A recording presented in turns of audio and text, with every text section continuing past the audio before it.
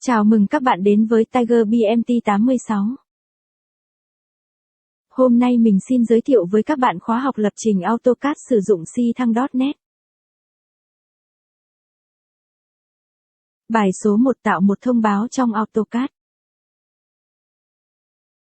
Để lập trình được AutoCAD, máy tính của các bạn cần phải có hai phần mềm là AutoCAD và Visual Studio. Hiện tại mình dùng AutoCAD 2014 và Visual Studio Community 2017. Bắt đầu một dự án AutoCAD.net API.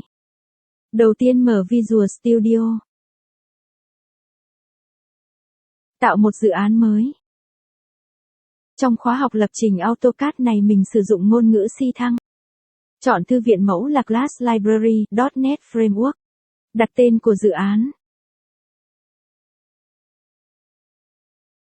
Chọn vị trí mà bạn lưu dự án của mình, và chọn .NET Framework. Ở đây mình sẽ chọn .NET Framework 4 tương ứng với AutoCAD 2014.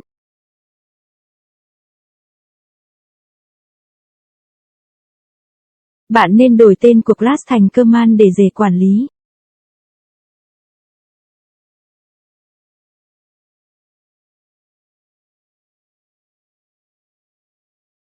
Kế tiếp thì các bạn hãy thêm thư viện tham chiếu AutoCAD.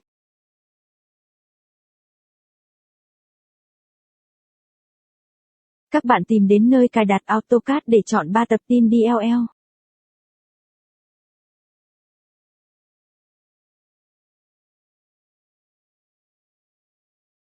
Thư viện của AutoCAD bao gồm 3 tập tin DLL.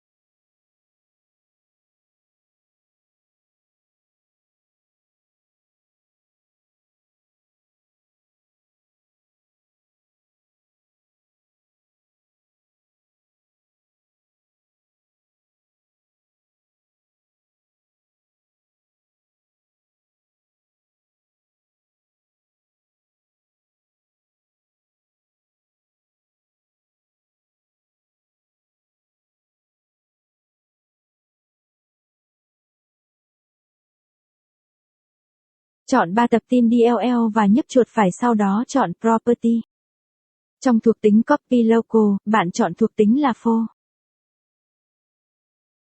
Trong thuộc tính Copy Local, nếu bạn đặt thuộc tính này là True khi bạn build dự án này, Visual Studio sẽ tự động sao chép 3 file DLL và một số file khác từ thư viện AutoCAD và đặt chúng vào thư mục debug của dự án này.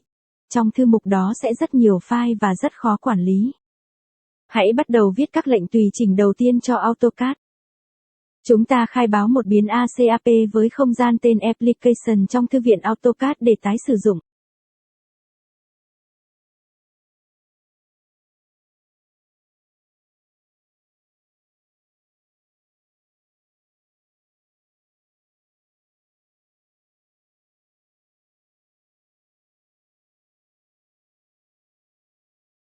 Bạn phải khai báo một thuộc tính khối với tên lệnh do chúng ta đặt tên để có thể gọi lệnh tự tạo từ AutoCAD.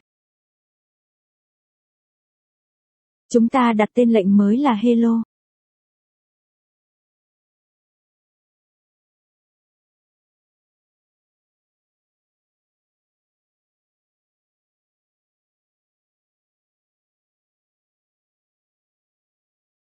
Ở đây báo lỗi, bạn chỉ việc thêm thư viện cho nó.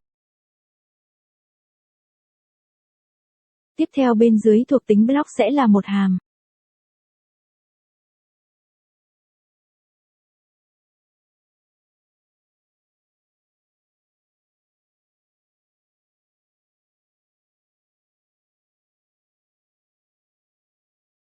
Chúng ta sẽ tạo một biến document để lấy bản vẽ hiện hành.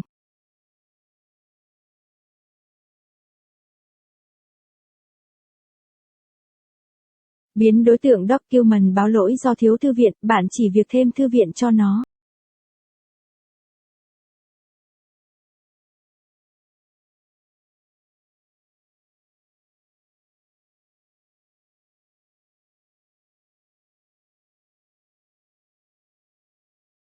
Tiếp theo chúng ta sẽ tạo một biến editor.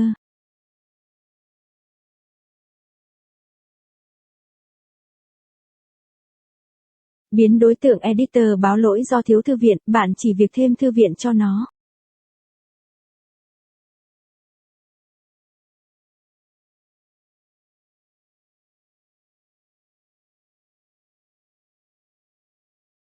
Chúng ta sẽ tạo một thông báo bên dưới command line với nội dung như sau.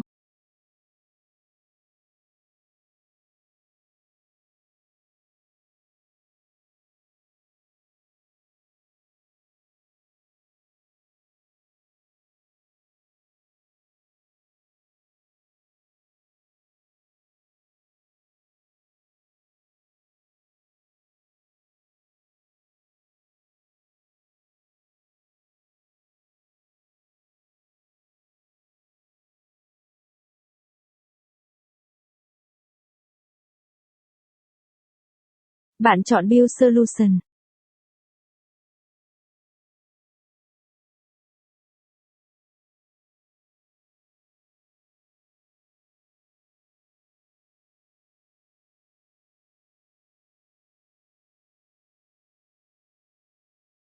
Sau đó bạn hãy mở thư mục chứa file DLL mà bạn mới build xong.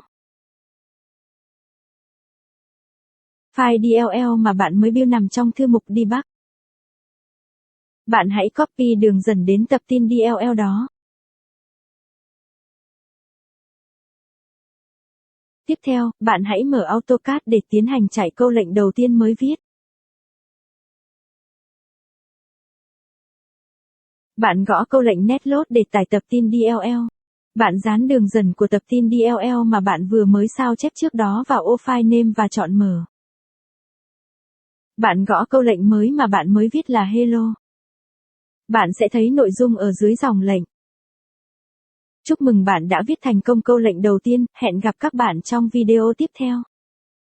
Cảm ơn các bạn đã xem video này, nếu thấy hay các bạn hãy thích nhận xét và đăng ký theo dõi kênh của mình nhé.